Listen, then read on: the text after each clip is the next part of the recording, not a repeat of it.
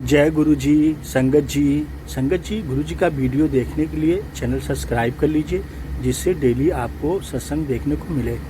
गुरु जी महाराज जी को कोटि कोटि चरणों में प्रणाम और महाराज जी का लख लख शुक्राना। सारी संगत को जय गुरु जी। संगत जी, गुरु जी महाराज जी का समाधि का महीना चल रहा है। गुरु जी महाराज जी 31 मई 2007 को गुरु जी ने महासमाधि ले ली थी, परंतु गुरु जी ने कहा था, मैं था, मैं हूँ और सदा रहूँगा। और संगत जी, यह सत्य है।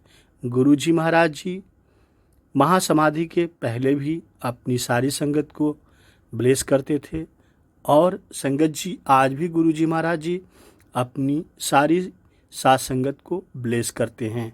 संगत जी, आकाश सेठी अंकल बताते हैं कि गुरु जी महाराज जी महासमाधि के बाद उन्हें कैसे और क्या क्या ब्लेस किए। संगत जी, फरवरी 2007 की बात है।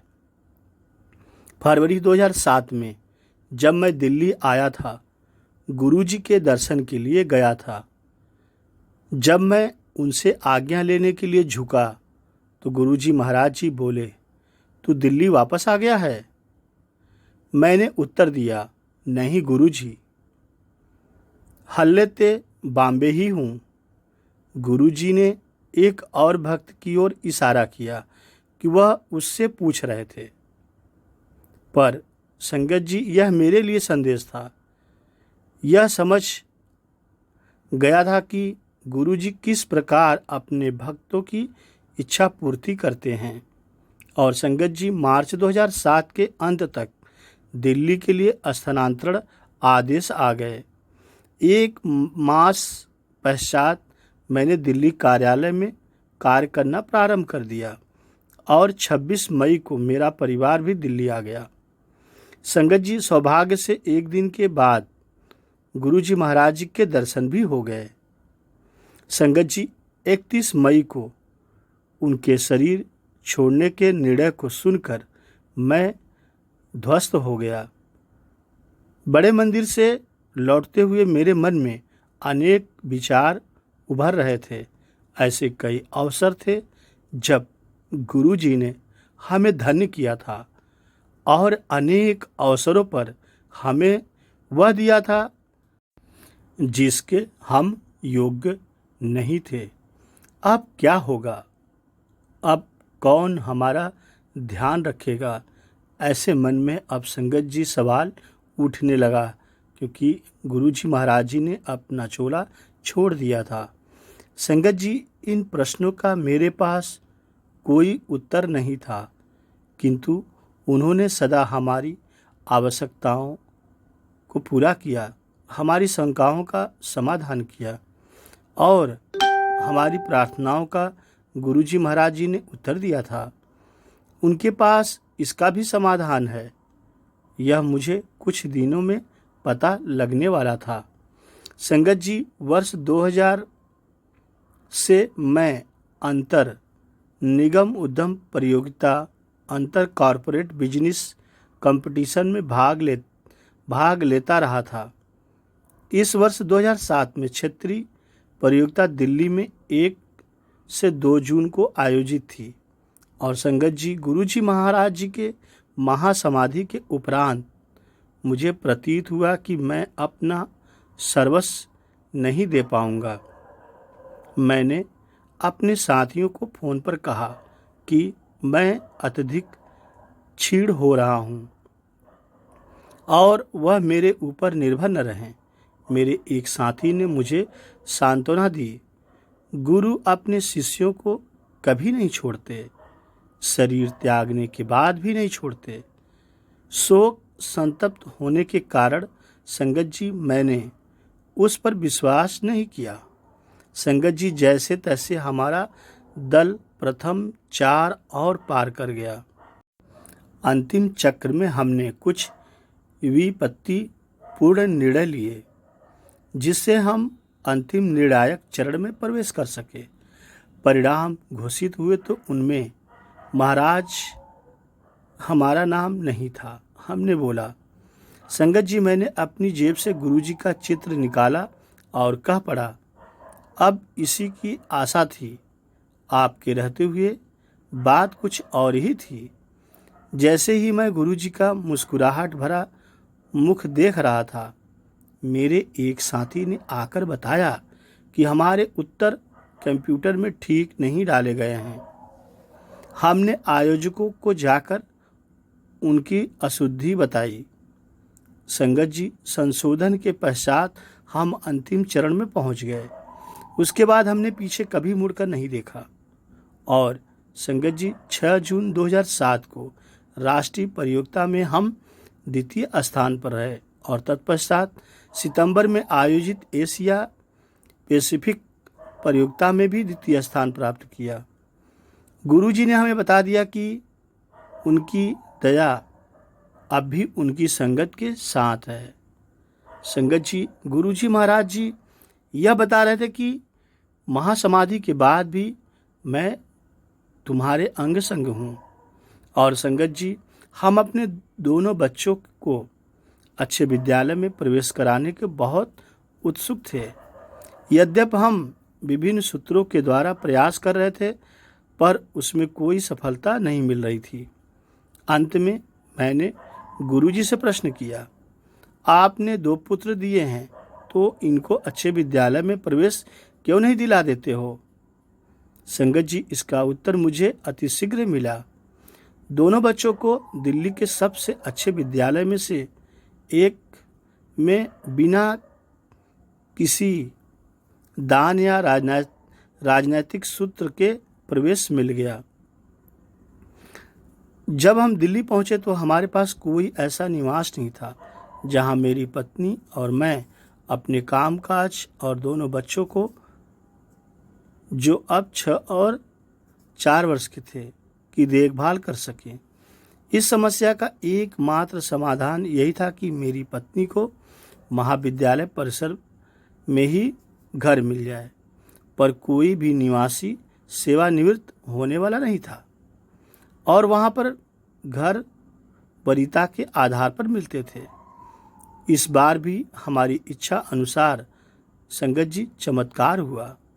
एक शिक्षक जिनके पुत्र को अपने विद्यालय दूर होने के कारण कठिनाई का सामना करना पड़ता था, उन्होंने अपना घर खाली कर दिया।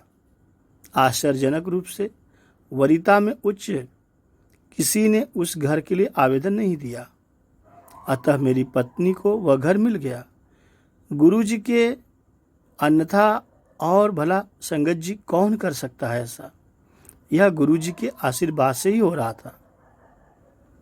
संगत जी, गुरुजी महाराज जी के आशीर्वाद दिन प्रतिदिन हमारे जीवन में बढ़ता चला गया। मैंने परमपिता गुरुजी के साथ अपने अनुभवों को बहुत सारांश में लिखा है। संगत जी, सितंबर 1999 में हम अपने वाहन में शिमला गए थे। अपनी दीवा स्वप्न की आदत के कारण मैं कभी भी अच्छा चालक नहीं रहा हूँ। शिमला से लौटते हुए हमने रात चंडीगढ़ में बिताई।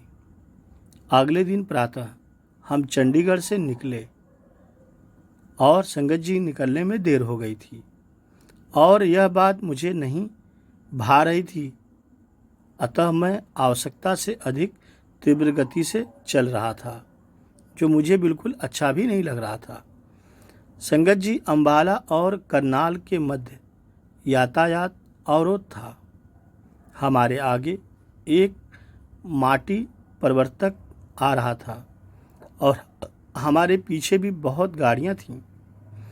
मैं आगे जाने की आतुर था, परंतु परिवर्तक के विशाल आकार के कारण आगे की दृष्टि अवरुद्ध थी और मार्ग के दूसरी तरफ भाग निर्माण कार्य के लिए बंद था। अतः दोनों भाग का यातायात इसी तरफ से आ रहा था। मेरी पत्नी मेरे साथ ही अपने नेत्र बंद कर अपने छोटे से वॉकमैन पर शब्द सुनती हुई आगे बैठी हुई थी। संगत जी, वह प्रवर्तक अत्यंत धीमी गति से जा रहा था। काफ़ी देर उसके पीछे धीमी गति में उसके पीछे चलते रहने के कारण मैं अपना संयम खो बैठा और मैंने अपनी कार की गति बढ़ाकर उससे आगे निकलने की चेष्टा करी। और संगत जी, जैसे ही मैं उसके समानांतर पहुंचा, मुझे सामने से आता हुआ यातायात दिखाई दिया। सामने से अत्यंत तीव्र गति से एक और परिवर्तक हमारी दिशा में भागा चला आ रहा था। उसमें हमारी कार में कुछ मीटर की दूरी शेष थी और दोनों परिवर्तकों के आगे के हिस्से में कुछ इंचों का अंतर था। कार के आते हुए परिवर्तक से चीथड़े उड़ते हुए के विचार और दोनों के कर्मचारियों का चिल्लाना सुनकर मेरे शरीर में कपकपी छूट गई। मेरी पत्नी ने अपनी आंखें खोली और मुझे देखा और हम दोनों गुरुजी को याद करके आशीर्वाद मांग रहे थे कि हमें बचा लो। संगत जी, इसके अतिरिक्त और हमें कुछ भी नहीं सूझा।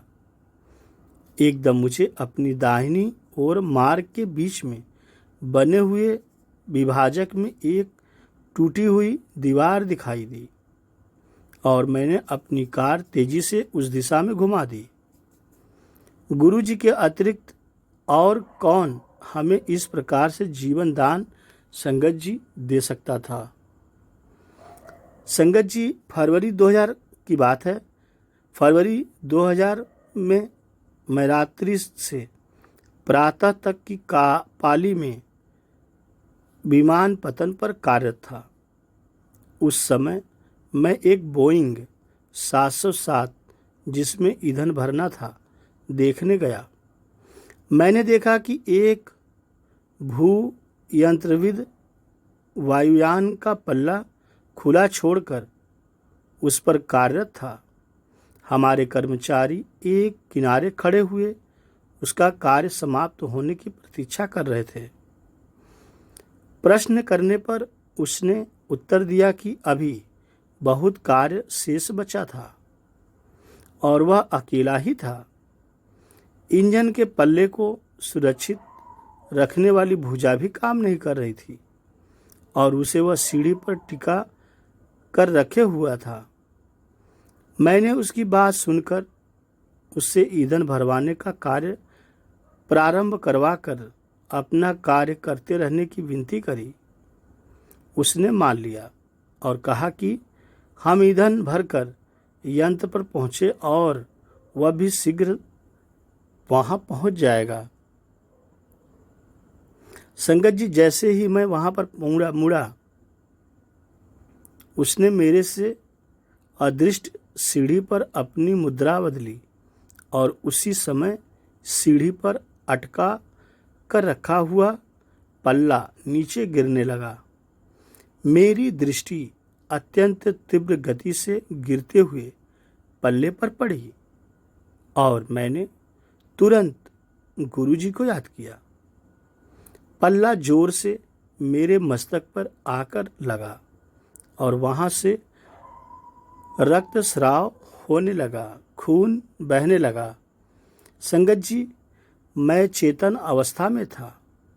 मुझे विमान पतन पर डॉक्टर के पास ले जाया गया तो डॉक्टर ने कहा कि ईश्वर ने मेरी रक्षा करी है, क्योंकि 1 सेंटीमीटर भी ऊपर या नीचे चोट लगने पर वह घातक होती। मेरे साथ कुछ भी हो सकता था। और संगत जी, इस बार भी मुझे पता था कि कौन से ईश्वर ने मेरी रक्षा करी है। मैं भली बात पूर्वक समझ गया था कि गुरुजी महाराज जी के आदेश से, गुरुजी के महाराज जी की कृपा से ही हम बचे। उनका आशीर्वाद हमें मिल रहा था। संगत जी, जलमग्न में मुंबई में हुआ 26 जुलाई 2005 को, जब मुंबई जल प्रलावित हुई। मैं कार्यालय में था। कुछ कर्मचारी रेल सुविधाओं में अस्त व्यस्त होने के भय से पहले ही निकल गए थे। चूंकि मुझे कार्य समाप्त करना था, मैं प्रतिदिन की भांति बाहर निकला। उस समय तक जो कर्मचारी पहले निकलते थे लौटने लगे, क्योंकि रेल सेवाएं बंद हो चुकी थी। उस दिन मैंने कार से यात्रा करी थी। मैं दुविधा में था कि रुकूं या घर पहुंचने का प्रयास करूं। संगत जी, उसी समय एक सहकर्मी ने कहा कि उनका पुत्र अपने विद्यालय, जो घर के मार्ग में था, उसमें रुका हुआ है और उसे लेना है। यह बात सुनकर मैंने निर्णय लिया। मैंने गुरुजी महाराज जी को याद किया और हम उस विद्यालय के लिए निकल पड़े। जैसे ही हमने बाहर निकलने का प्रयास किया, कार्यालय के एक बंद द्वार के सामने एक कार दूरा अवस्था में रुकी हुई थी। हम दूसरे द्वार से बाहर निकले। सब मार्ग जलमग्न थे। चारों तरफ पानी ही पानी था और वाहन चलाना संगत जी बहुत कठिन हो रहा था। पूरी राह जल और अवरुद्ध यातायात की चुनौतियों का सामना करते हम 2 घंटे में उस विद्यालय तक पहुंच सके। पानी बहुत ऊपर आ गया था। संगत जी, विद्यालय की बसें बंद थी। सब विद्यार्थियों को वहीं पर रात्रि में रोकने की योजना बनाई जा चुकी थी, क्योंकि पानी बहुत बढ़ चुका था। संगत जी, मेरे सहकर्मी का पुत्र अपने सहपाठियों के साथ बहुत प्रसन्न था और हमारा घर तक पहुंचना अनिश्चित था। उन्होंने उसके वहीं पर रहने का अनुमोदन कर दिया और हम दोनों ने घर पहुंचने के प्रयास का निश्चय किया और चल पड़े। थोड़ी दूर जाने पर जल स्तर इतना बढ़ गया कि हमारा घर पहुंचना या कार्यालय तक लौटना असंभव था। अतः संगत जी, मैंने उसी ऊंचे स्थान पर, जहां पर अपने सहकर्मी के विद्यालय में जाने पर कार खड़ी करी थी, कार खड़ी कर रात वहीं गुजारने का अब निश्चय कर लिया। और संगत जी, मैंने घर पर समाचार दे दिया कि घर पहुंचना संभव नहीं है। पानी का भराव ज़्यादा है, जलमग्न यहाँ काफ़ी बढ़ गया है। मैंने यह सूचना घर में दे दी। हमने रात्रि कार में ही बिताई। पूरा रात संगत जी कार में बीत गया। अगले दिन जैसे तैसे जलस्तर कम होता गया। मैं धीमे धीमे कार चलाकर शाम तक घर पहुंचा और संगत जी, घर पहुंचने पर पता लगा कि वहां पर सब कारें पानी में डूबकर ऐसी अवस्था में हो गई थी कि अत्यधिक धन व्यय करने पर भी उनका जीर्णोद्धार संभव नहीं था। अर्थात वहां की कारें एकदम डैमेज हो चुकी थी। उन्हें ठीक करना बहुत मुश्किल था। संगत जी, यही दशा कार्यालय में खड़ी हुई कारों की भी हुई थी। और संगत जी, समाचारों में इस घटना की चर्चा करते हुए यह भी बताया गया कि अधिक जलस्तर और यातायात रुके होने के कारण कई को राह में रात के लिए रुककर अपने वाहनों में सोना पड़ा। जल के और बहने पर जो अपनी कारों के द्वार या खिड़कियां खोलकर बाहर नहीं जा सके, उनकी मृत्यु हो गई थी संगत जी। परंतु न मुझे न ही कार को कोई हानि हुई। मुझे भी कुछ नहीं हुआ, न ही मेरे कार को कोई प्रॉब्लम हुई। हम दोनों लोग सही थे। संगत जी, यह सब इस कारण की चलने से पहले मैंने गुरुजी को याद कर लिया था। केवल गुरुजी की कृपा से मुझे उस दिन मैं बच पाया। मुझे उस रात बचा सकती थी और वह गुरुजी की कृपा हमेशा बनी रही। संगत जी, इसलिए आप घर से कभी भी बाहर जाएं तो गुरुजी महाराज जी की आज्ञा लेकर बाहर निकलें और आएँ तो गुरुजी महाराज जी का शुक्राना करें कि आप सही सलामत घर वापस आ गए। जाते समय गुरुजी का नाम जाप करके जाएं, आशीर्वाद लेके जाएं। गुरुजी महाराज जी आपकी अवश्य रक्षा करेंगे। जय गुरुजी। संगत जी, कभी भी कुछ दान करना हो तो दान का भाव भी हमारे अंदर होना चाहिए। एक बार की बात है, शिव मंदिर के पुजारी जी को भोलेनाथ ने सपने में दर्शन दिए और कहा कि कल सुबह नगर के सभी भक्तों, विद्वानों, दान पुण्य करने वालों और साधु महात्माओं को मंदिर में जमा करो। संगत जी, पुजारी ने शहर में मुनादी करा दी कि महादेव का आदेश है। शहर के सारे गणमान्य लोग अगली सुबह शिव मंदिर पहुँचे। संगत जी, शिव मंदिर में पूजा अर्चना हुई और पुजारी जी ने विस्तार से स्वप्न के बारे में बताया। तभी मंदिर में एक अद्भुत तेज प्रकाश हुआ। संगत जी, लोगों की आंखें चौंधिया गई। जब प्रकाश कम हुआ तो लोगों ने देखा कि शिवलिंग के पास एक रत्न जड़ित सोने का पात्र है। उसके रत्नों में दिव्य प्रकाश की चमक थी। उस पर लिखा था कि सबसे बड़े दयालु और पुण्यात्मा के लिए यह उपहार है। संगत जी, पुजारी जी ने वह पात्र सबको दिखाया। वह बोले, प्रत्येक सोमवार को यहाँ विद्वानों की सभा होगी। जो स्वयं को सबसे बड़ा धर्मात्मा सिद्ध कर देगा, वह स्वर्ण पात्र उसका हो जाएगा। संगत जी, अब बात आगे बढ़ी और देश भर में चारों ओर यह समाचार फैल गया। दूर दूर से बड़े बड़े तपस्वी, बड़े बड़े त्यागी, व्रती और दान पुण्य करने वाले लोग काशी आने लगे। संगत जी, एक तपस्वी ने कई महीने लगातार चंद्रायण व्रत किया था। वह उस स्वर्ण पात्र को लेने आए। जब स्वर्ण पात्र उन्हें दे दिया गया, उनके हाथ में जाते ही वह मिट्टी का हो गया। उसकी ज्योति नष्ट हो गई। संगत जी, लज्जित होकर उन्होंने स्वर्ण पात्र लौटा दिया। पुजारी के हाथ में जाते ही वह फिर सोने का हो गया और रत्न चमकने लगा। संगत जी, एक धर्मात्मा ने बहुत से विद्यालय बनवाए थे, कई सेवाश्रम चलाते थे। दान करते करते उन्होंने काफ़ी धन खर्च कर दिया था। बहुत सी संस्थाओं को दान देते थे। संगत जी, अखबारों में नाम छपता था।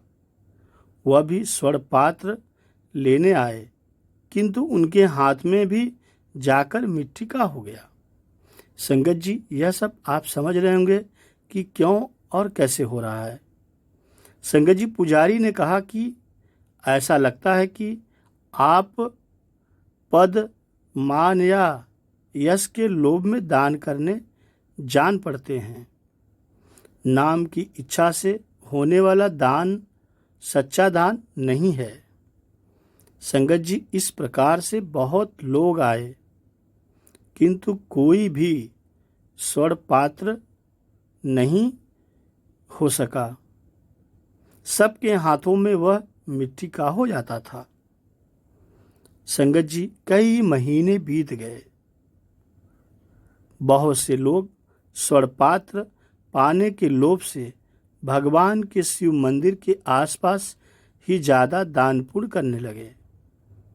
और संगत जी, लालच की पट्टी सबके ऊपर पड़ गई थी और मूर्खतावश यह सोचने लगे कि शायद मंदिर के पास का दान प्रभु की नज़र में आए और स्वर्ण पात्र उन्हें भी नहीं मिला। जो ऐसा कर रहे थे। संगत जी, एक दिन की बात है।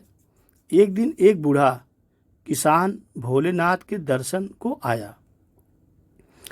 उसे इस पात्र की बात पता भी न थी और संगत जी गरीब देहाती किसान था, तो कपड़े भी मैले थे और फटे पुराने थे। उसके पास कपड़े में बंधा थोड़ा सत्तू और एक फटा कंबल था। संगत जी, लोग मंदिर के पास गरीबों को कपड़े और पूरी मिठाई बांट रहे थे, किंतु एक कोढ़ी मंदिर से दूर पड़ा करा रहा था। उसे उठा नहीं जा रहा था। सारे शरीर में घाव थे। संगत जी, कोढ़ी भूखा था, लेकिन उसकी ओर कोई देखता तक नहीं था। किसान को कोढ़ी पर दया आ गई। उसने अपना सत्तू उसे खाने को दे दिया और कंबल उसे ओढ़ा दिया। फिर वह मंदिर में दर्शन करने आया। मंदिर के पुजारी ने अब नियम बना दिया कि सोमवार को जितने यात्री दर्शन करने आते थे, सबके हाथ में एक बार वह स्वर्ण पात्र जरूर रखते थे। संगत जी, जब किसान दर्शन करके निकला तो उसके हाथ में भी वही स्वर्ण पात्र रख दिया गया। उसके हाथ में जाते ही स्वर्ण पात्र में जड़े रत्न पहले से भी ज्यादा प्रकाश के साथ चमकने लगे। यह तो कमाल हो गया था। सब लोग बूढ़े व्यक्ति की प्रशंसा करने लगे। पुजारी ने कहा, जो निर्लोभ है, दीनों पर दया करता है, जो बिना किसी स्वार्थ के दान करता है और दुखियों की सेवा करता है, वही सबसे बड़ा पुण्यात्मा है। किसान, तुमने अपने सामर्थ्य से अधिक दान किया है, इसलिए महादेव के इस उपहार के तुम अधिकारी हो। संगत जी, दान का रहस्य निस्वार्थ दान में है। कभी ये ना सोचे कि मुझे इस दान से क्या लाभ प्राप्त होगा। दान करते समय अपने आप को उस परमात्मा का सेवक समझें जिन्होंने आपको उस काबिल बनाया है।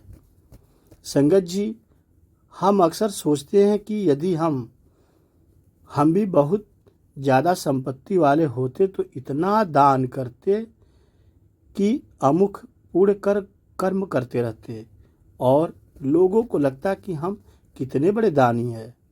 लेकिन संगत जी, दान तो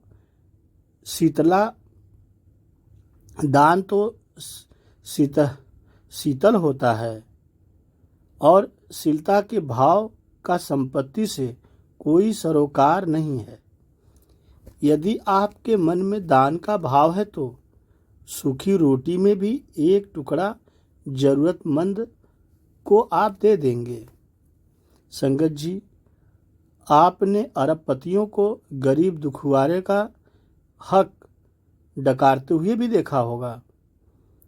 यही संचित कर्म तय करते हैं कि अगले जन्म में आपकी क्या गति होगी। इसलिए संगत जी, जब भी आपके मन में सच्चा भाव आए, सच्ची श्रद्धा आए, तो दान भक्ति भाव से निर्मल होकर करिए और उसके बाद कोई उम्मीद न लगाइए कि हमने दान किया है तो और कुछ अच्छा होगा, क्योंकि महाराज को तो जो देना है, गुरु जी को, ईश्वर को, वो सब देख रहे हैं और आपको सही समय पर जो उचित होगा वह आपको जरूर मिलेगा। संगत जी, गुरु जी महाराज जी हमेशा कहते थे वह अपनी संगत से बेहद प्यार करते हैं और सही समय आने पर गुरु जी सब कुछ देते हैं। संगत जी, गुरु जी के आशीर्वाद से तनु आंटी के घर पे गुरु जी का डिवाइन सत्संग संपन्न हो गया। बहुत शुक्राना गुरु जी, आपका सत्संग शेयर कराने का शुक्राना। हम ना गुरुजी से हमेशा, जैसे कोई संगत हमसे कहती थी कि कोई भी संगत हमसे कहती थी ड्रीम दर्शन हुआ, गुरुजी ने ड्रीम में दर्शन दिया, तो मतलब काफी दिन से सुनते ही चले आ रहे थे खाली कि मतलब गुरुजी सबको दर्शन देते। गुरुजी हम डेली जब सोते हैं तो डेली हम कहते थे गुरुजी हमको ड्रीम दर्शन दे दीजिए एक बार, हम भी आपसे मिलना चाहते हैं। तो लेकिन हमको दर्शन नहीं होते थे। तो बहुत ज्यादा एक बार हम साईं बाबा के पूजा करने लगे और हमने बोला कि साईं बाबा आप हमसे नाराज तो नहीं हो जाते हो, क्योंकि हम सबसे पहले साईं बाबा को बहुत मानते थे, आज भी मानते हैं। साईं बाबा की बहुत पूजा करते थे, व्रत रखते थे, शायद इसीलिए हमको गुरुजी मिले। तो हम साईं बाबा से ऐसे बोल ही रहे थे कि साईं बाबा हमसे नाराज तो नहीं हो, क्योंकि हम गुरुजी आप में ही हमको गुरुजी नजर आते हैं।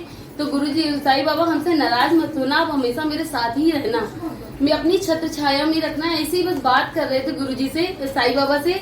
तो बस हम ये भी कहते रहते थे कि गुरुजी आप हमको ड्रीम दर्शन नहीं देते हो। तो बस हम रात में सोए और सोने के बाद हमने सपने में देखा कि जो मेरा घर है वो घर नहीं था, कोई दूसरा घर था जो बड़ा सा हॉल जैसा था, लेकिन वो मेरा घर था। उसमें गुरुजी का एक स्वरूप लगा हुआ था, इतना बड़ा सा स्वरूप था, और नीचे एक कुत्ता बैठा हुआ था उसी स्वरूप में। उसी स्वरूप में एक कुत्ता भी बैठा हुआ था। तो हमने सोचा कि गुरुजी के स्वरूप में कुत्ता कहाँ से आ गया, कुछ समझ में नहीं आ रहा था मुझे। तो भी बाद में हमारे घर में सत्संग भी हो रहा था, तो ये नीतू आंटी, आशा आंटी और ये भावना आंटी, काफी संगत हमारे घर में बैठी हुई थी। और हम सबसे बोल रहे थे कि गुरुजी के स्वरूप देखो, उसमें जो है ना नीचे कुत्ता बैठा हुआ है, लेकिन कोई मेरी बात पे ध्यान नहीं दे रहा, सब आपस में बातें कर रहे थे। तो एक कुत्तों की आवाज बाहर से भौंकने की आ रही थी, तो वो स्वरूप से कुत्ता निकल के आ गया बाहर। वो बाहर निकल गया, लेकिन उसका एक जो वो नहीं होता है, उसकी छाप वो बनी थी वहां पे। तो वो कुत्ता बाहर चला गया। फिर उसके बाद हमने सोचा अरे कुत्ता गायब हो गया, लेकिन कोई इसमें नजर नहीं ले जा रहा था। गुरुजी की स्वरूप था, व्हाइट चोले में गुरुजी का पूरा वो था, और नीचे कुत्ता बैठा हुआ था। बाहर लड़ाई हुई तो कुत्ता निकल के चला गया उसमें से। फिर हम सबसे बोल ले, लेकिन कोई मेरी बात पे ध्यान नहीं दे रहा था। फिर मैंने बोला गुरुजी आप हमको दर्शन नहीं देते, गुरुजी दर्शन दीजिए। तो गुरुजी स्वरूप से निकल के आ रहे हैं सामने मेरे, और वो आ रहे हैं साईं बाबा, मतलब एक साईं बाबा के रूप में निकले। वहां पे थे गुरुजी, लेकिन जब बाहर वो आ रहे थे तो साईं बाबा आ रहे थे। तो हम गुरुजी के पैरों में गिर गए बार, लेकिन साईं बाबा नहीं निकल रहे थे। मेरे मुंह से बार बार गुरुजी गुरुजी निकल रहा था, और थे साईं बाबा वो। तो मैंने जैसे हम गुरुजी के पैरों में गिर गए, मैंने कहा गुरुजी मुझे दर्शन दे दो। तो गुरुजी कहने लगे कि मैं तुझे दर्शन ही देने तो आया हूँ यहाँ पे, बस मुझे ब्लेस करा, मेरे सर पे हाथ फेरा। उसके बाद जाके वो स्वरूप में वो कुत्ता भी आ गया और गुरुजी भी वहीं पे जाके बैठ गए। तो मुझे इससे ये विश्वास हो गया था कि साईं बाबा वो गुरुजी एक ही है। मतलब गुरुजी ने मुझे सपने में वो चीज दिखाई कि मैं ही साईं हूँ, मैं ही गुरु, मेरे में ही चारों तीर्थ धाम है। तो गुरुजी कहते हैं अगर मेरे दर पे जो आएगा तो चारों धाम के दर्शन कर लेता है वो। तो आज गुरुजी ने मुझे ये भी सपने में आके दर्शन भी दे दिया, साईं बाबा भी आए और गुरुजी भी आए। ये मेरे लिए तो बहुत बड़ा सपना था और हकीकत भी हो गया। गुरुजी ने एक वहम निकाला मेरे मन से कि साईं बाबा भी मेरे साथी हैं। तो ऐसा भी विश्वास गुरुजी ने दिलाया मुझे। जय गुरुजी, बहुत बहुत शुक्राना गुरुजी का। बाकी सत्संग तो गुरुजी इतने करवाते हैं, इतने ज्यादा सत्संग होते हैं मेरे गुरुजी के कि हर पल एक नया चमत्कार ही करते रहते हैं। बस गुरुजी से अरदास यही रहती है, बस यही होता है कि गुरुजी को बस मन से मानना है। ये नहीं है कि मन में हम कुछ और रखे हैं और सामने कुछ और कर रहे हैं। बस गुरुजी को मन से हम मानते हैं तो गुरुजी हमारे सारे काज, जितने भी काम सब पूरे करते हैं। तो बस गुरुजी ऐसे ही अपनी शरण में ही रखना, अंग संग रहना। गुरुजी हम सब पर अपनी कृपा बनाए रखिएगा। जय गुरुजी, बहुत बहुत शुक्राना गुरुजी।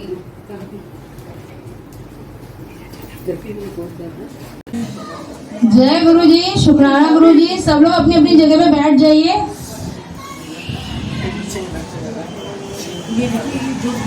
शुक्राना गुरुजी इतना प्यारा सत्संग करवाने के लिए, और उससे भी ज्यादा शुक्राना कि इतनी प्यारी संगत को भेजने के लिए आपका बहुत बहुत शुक्राना।